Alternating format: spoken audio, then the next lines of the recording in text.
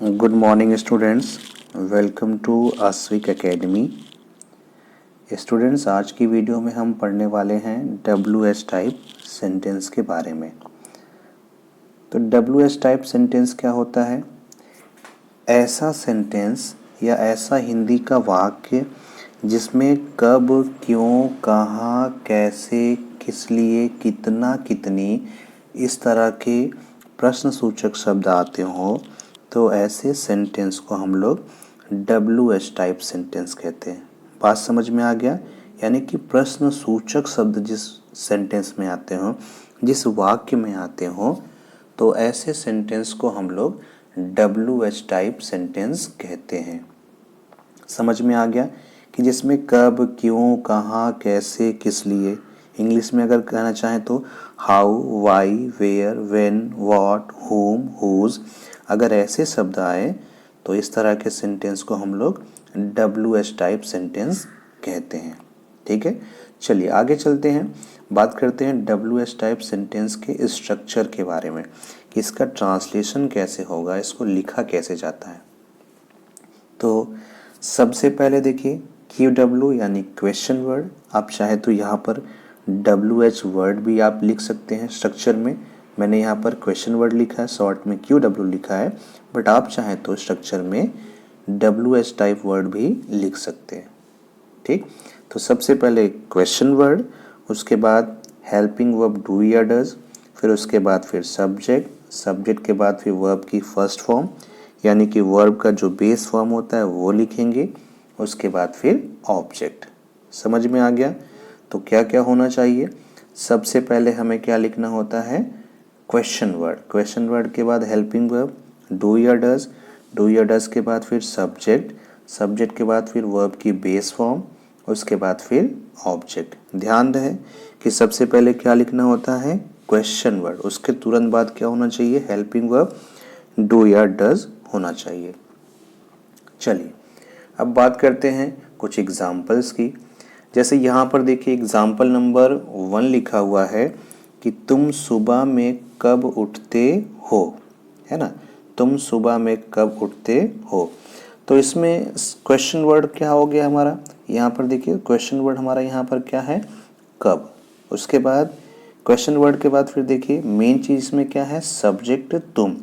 तो तुम के साथ हम लोग हेल्पिंग वर्ब क्या यूज़ करेंगे? डू यूज़ करेंगे। बात समझ में आ गया? तो सबसे पहले कब की इंग्लिश क्या लिखना पड़ेगा? WHEN, when. व्हेन के बाद फिर क्या लिखेंगे? डू। उसके बाद फिर जो हमारा सब्जेक्ट है, सब्जेक्ट इसमें क्या है हमारा? तुम। तो तुम की इंग्लिश क्या हो जाएगा? यू। ठीक है ना? तो यहाँ पर देखिए सबसे पहले हम लोगों ने क्या लिखा? कब की इंग्लिश यानी क्वेश्चन वर्ड व्हेन लिखा, व्हेन के बाद फिर डू लिखा, डू के बाद फिर हमारा सब्जेक्ट यू लिखा। इतना चीज़ समझ में आ रहा है? क्या क्या हम लोगों ने लिखा? सबसे पहले व्हेन यानी क्वेश्चन वर्ड, क्वेश्चन वर्ड के बाद हेल्पिंग वर्ब डू। अब डू क्यों लिख रहे हैं? क्योंकि रूल में हम लोगों ने पढ़ा है कि आई, वी, यू, दे के साथ प्लूरल सब्जेक्ट के साथ हम लोग क्या लिखते हैं? डू लिखते। तो यहाँ पर हम लोगों ने क्या लिखा? यू। उसके बाद वर्ब की बेस फॉर्म यानी कि वर्ब का फर्स्ट फॉर्म उठने की इंग्लिश होता है गेट अप। आप चाहे तो यहाँ पर वेकअप भी लिख सकते हैं। उसके बाद कब उठते हैं भाई? तो इन द मॉर्निंग, सुबह में उठते हैं। बात समझ में आ गया? तो सबसे पहले हम लोगों ने क्या लिखा? क्वेश्चन वर्ड यानी कि जो हमारा WH वर्ड है हम लोगों ने वो लिखा। इतना चीज़ समझ में आया? तो हम लोगों ने यहाँ पर क्या लिख दिया? WH वर्ड व्हेन लिखा, उसके बाद हेल्पिंग वर्ब डू, डू के बाद फिर क्या लिखा? सब्जेक्ट, सब्जेक्ट के बाद वर्ब का बेस फॉर्म यानी कि वर्ब की फर्स्ट फॉर्म, उसके बाद जो कुछ सेंटेंस में बच रहा है वो हम लोग उसके आगे लिख देंगे। तो हमारा ट्रांसलेशन हो गया when do you get up in the morning. चलिए अब आगे चलते हैं एग्जाम्पल नंबर 2 की तरफ। एग्जाम्पल नंबर 2 लिखे क्या है कि रोशनी खाना कैसे बनाती है। एग्जाम्पल नंबर 2 है रोशनी खाना कैसे बनाती है। तो इसमें क्वेश्चन वर्ड यानी कि WH वर्ड हमारा क्या है? कैसे। तो सबसे पहले हम लोगों ने कैसे की इंग्लिश क्या लिख दिया? हाउ। ठीक है, जैसे ही हमारा क्वेश्चन वर्ड होगा उसके तुरंत बाद क्या लिखना है, हेल्पिंग वर्ब डू या डज लिखना है। तो हम लोगों ने यहाँ पर हेल्पिंग वर्ब क्या लिखा, डज। उसके बाद फिर सब्जेक्ट हमारा क्या है, रोशनी। उसके बाद सब्जेक्ट के बाद फिर क्या आता है, वर्ब की बेस फॉर्म यानी कि मुख्य क्रिया। तो मुख्य क्रिया क्या है इसमें, खाना बनाना। खाना बनाने की इंग्लिश क्या है, कुक। तो हम लोगों ने यहाँ पर कुक लिख दिया। उसके बाद ऑब्जेक्ट क्या है, फूड। तो हम लोगों ने यहाँ पर फूड लिख दिया। ठीक है, समझ में आ रहा है। बस ध्यान क्या रखना है कि जैसे आपने क्वेश्चन वर्ड लिखा, क्वेश्चन वर्ड के बाद आपको क्या लिखना है, डू या डज लिखना है। उसके बाद फिर सब्जेक्ट। समझ में आ गया। सबसे पहले क्या होगा, क्वेश्चन वर्ड होगा, क्वेश्चन वर्ड के बाद डू या डज होगा, फिर सब्जेक्ट होगा। चलिए अब बात करते हैं एग्जाम्पल नंबर 3 की। एग्जाम्पल नंबर 3 देखिए क्या लिखा हुआ है, राकेश अपना काम क्यों नहीं करता है।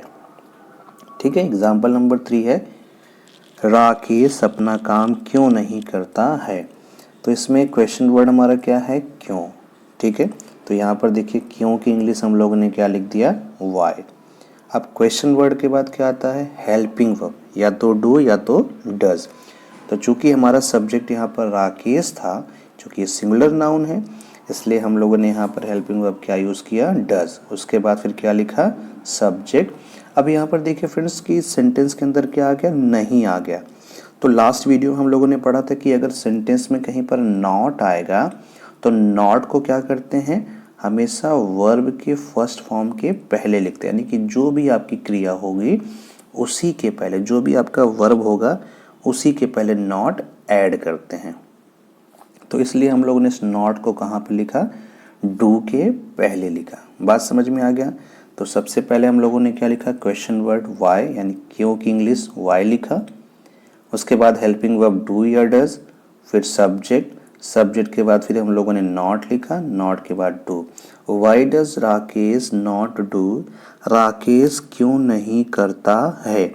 Why does Rakesh not do, Rakesh क्यों नहीं करता है।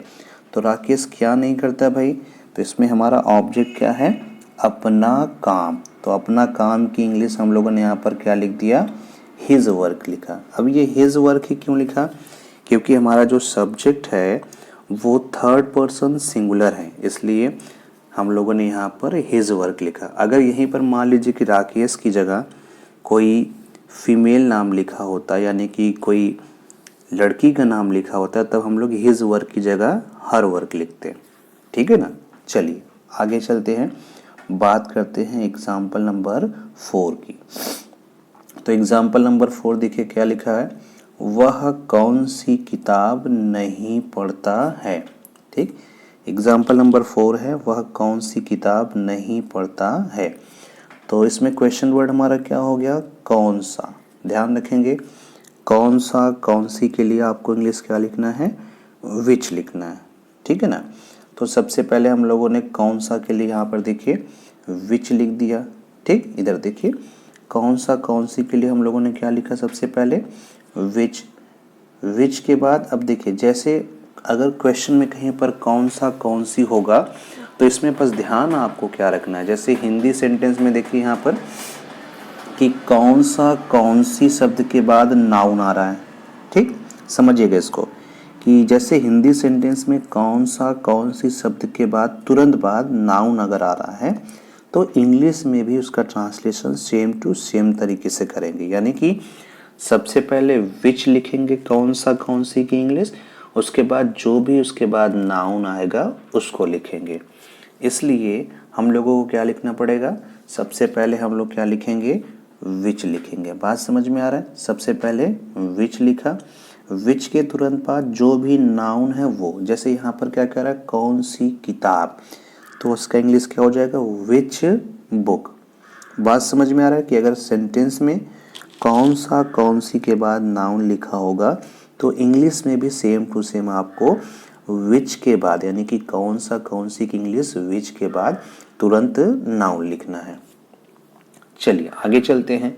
अब देखिए विच बुक क्वेश्चन वर्ड हो गया, तो क्वेश्चन वर्ड के बाद यहाँ पर देखिए चूंकि नाउन आ गया, अब नाउन के बाद फिर आपको क्या लिखना है, हेल्पिंग वर्ब लिखना है। और ये हेल्पिंग वर्ब किसके अकॉर्डिंग होता है, सब्जेक्ट। तो हमने लिखा विच बुक, फिर हेल्पिंग वर्ब क्या आ गया हमारा डज, डज के बाद सब्जेक्ट हम लोगों ने क्या लिखा ही, और उसके बाद नॉट आया तो नॉट लिख दिया। नॉट क्यों लिख रहे हैं, क्योंकि सेंटेंस निगेटिव है, इंट्रोगेटिव निगेटिव है। और उसके बाद फिर हम लोगों ने क्या लिखा, वर्ब की फर्स्ट फॉर्म लिखा। तो हमारा ट्रांसलेशन क्या हो गया, which book does he not read. इसको ध्यान से समझिएगा, फिर से एक बार दोहरा रहा है कि अगर कहीं पर सेंटेंस में कौन सी के बाद नाउन लिखा होगा तो आपको इंग्लिश में भी विच के बाद नाउन लिखना है, उसके बाद फिर हेल्पिंग वर्ब लिखना है। ठीक है, पहले विच आएगा, विच के तुरंत बाद नाउन आएगा, और नाउन के बाद ही फिर आपको हेल्पिंग वर्ब डू या डज का यूज करना है। ओके, समझ में आ गया। चलिए आगे बढ़ते हैं, बात करते हैं एग्जाम्पल नंबर 5 की। जैसे एग्जाम्पल नंबर 5 देखिए क्या लिखा हुआ है, राकेश जयपुर में कहाँ रहता है। तो इसमें हमारा क्वेश्चन वर्ड क्या हो गया, कहाँ। कहाँ की इंग्लिश क्या होती है भाई, वेयर। तो हम लोगों ने यहाँ पर क्या किया, वेयर यूज किया। ठीक, तो क्वेश्चन वर्ड के बाद WH वर्ड के बाद क्या आता है, हेल्पिंग वर्ब। तो इसमें हमारा हेल्पिंग वर्ब क्या हो गया, डज। उसके बाद सब्जेक्ट इस सेंटेंस में क्या था, राकेश, तो हम लोगों ने राकेश लिख दिया। अब सब्जेक्ट हो गया, तो सब्जेक्ट के बाद फिर क्या आता है, वर्ब की बेस फॉर्म यानी कि वर्ब का फर्स्ट फॉर्म। तो हम लोगों ने यहाँ पर रहने की इंग्लिश लिख दिया लीव। अब कहाँ रहता है, तो कह रहा है जयपुर में रहता है। तो जयपुर की इंग्लिश हम लोगों ने यहाँ पर देखिए, जयपुर में रहता है तो हो गया इन जयपुर। बात समझ में आ गया। तो राकेश जयपुर में कहाँ रहता है, इसका ट्रांसलेशन क्या हो जाएगा, where does Rakesh live in Jaipur. Where does Rakesh live in Jaipur. चलिए आगे चलते हैं, बात करते हैं एग्जाम्पल नंबर 6 की। तो एग्जाम्पल नंबर 6 देखिए क्या लिखा है, विद्यार्थी कक्षा में शोर क्यों मचाते हैं। तो सबसे पहले हम लोगों को क्या लिखना होता है, क्वेश्चन वर्ड लिखना होता है। तो इस सेंटेंस में क्वेश्चन वर्ड हमारा क्या है, क्यों। तो क्यों की इंग्लिश क्या लिखा, वाई। क्वेश्चन वर्ड के बाद फिर क्या आता है, हेल्पिंग वर्ब डू या डज। तो हम लोगों ने यहाँ पर हेल्पिंग वर्ब क्या यूज़ किया, डू। अब डू क्यों यूज़ कर रहे हैं, क्योंकि यहाँ पर हमारा जो सब्जेक्ट है विद्यार्थी, ये एक प्लूरल सब्जेक्ट है, और प्लूरल सब्जेक्ट के साथ हमेशा डू का यूज़ किया जाता है। तो यहाँ पर इसलिए डू लिखा गया है। उसके बाद फिर सब्जेक्ट, ध्यान रहे स्ट्रक्चर क्या होता है, सबसे पहले लिखते हैं क्यू डब्ल्यू के बाद डू या डज। ठीक, डू या डज, उसके बाद फिर सब्जेक्ट। तो हम लोगों ने क्वेश्चन वर्ड वाई लिख दिया, वाई के बाद हेल्पिंग वर्ब डू लिख दिया, उसके बाद फिर सब्जेक्ट स्टूडेंट लिख दिया। अब उसके बाद देखिए शोर मचाने की इंग्लिश क्या होता है भाई, मेक अ नॉइज, यानी कि आपका वर्ब क्या है, make a noise. Make a noise का मतलब होता है शोर मचाना। ठीक है ना, तो हम लोगों ने यहाँ पर लिख दिया मेक अ नॉइज। ठीक, उसके बाद कहाँ शोर मचाते हैं, तो क्या है, कक्षा में शोर मचाते हैं, तो उसकी इंग्लिश हो जाएगी इन द क्लास। तो हमारा ट्रांसलेशन क्या हो गया भाई, why do students make a noise in the class. Why do students make a noise in the class. चलिए आगे बढ़ते हैं, बात करते हैं एग्जाम्पल नंबर 7 की। तो एग्जाम्पल नंबर 7 क्या है, तुम ऑफिस में क्या करते हो। ठीक है, एग्जाम्पल नंबर 7 हमारा है तुम ऑफिस में क्या करते हो। तो इसमें ध्यान से देखिए, इसमें क्वेश्चन वर्ड हमारा क्या लिखा गया है, क्या। तो सबसे पहले क्वेश्चन वर्ड क्या शब्द की इंग्लिश हम लोगों ने लिखा व्हाट। ठीक है ना, क्वेश्चन वर्ड के बाद फिर क्या आता है, हेल्पिंग वर्ब। तो हेल्पिंग वर्ब हम लोगों ने क्या लिखा हुआ है, डू। सबसे पहले क्वेश्चन वर्ड व्हाट, व्हाट के बाद फिर हम लोगों ने हेल्पिंग वर्ब डू, डू के बाद फिर सब्जेक्ट। अब दोबारा से देखिए यहाँ पर एक बार और डू आ रहा, तो ये वाला जो डू है, ये DO, ये हमारा मेन वर्ब है। चूँकि क्वेश्चन में क्या लिखा था, तुम ऑफिस में क्या करते हो, तो करने की यानी कि काम करने की जो इंग्लिश होती है डू होता है। तो हम लोगों ने यहाँ पर क्या लिख दिया, डू। उसके बाद कहाँ करते हो, तो कह रहा है कि ऑफिस में, तो ऑफिस में की इंग्लिश हो जाएगा इन द ऑफिस। बात समझ में आ रहा है। सबसे पहले क्या लिखा, क्वेश्चन वर्ड व्हाट, व्हाट के बाद फिर डू, डू के बाद सब्जेक्ट यू, उसके बाद मेन वर्ब डू, उसके बाद इन द ऑफिस। तो हमारा ट्रांसलेशन क्या हो गया भाई, what do you do in the office, तुम ऑफिस में क्या करते हो। ठीक है, what do you do in the office, तुम ऑफिस में क्या करते हो। तो फ्रेंड्स, आज की वीडियो को यहीं फिनिश करते हैं। आई होप कि वीडियो आपको पसंद आई होगी।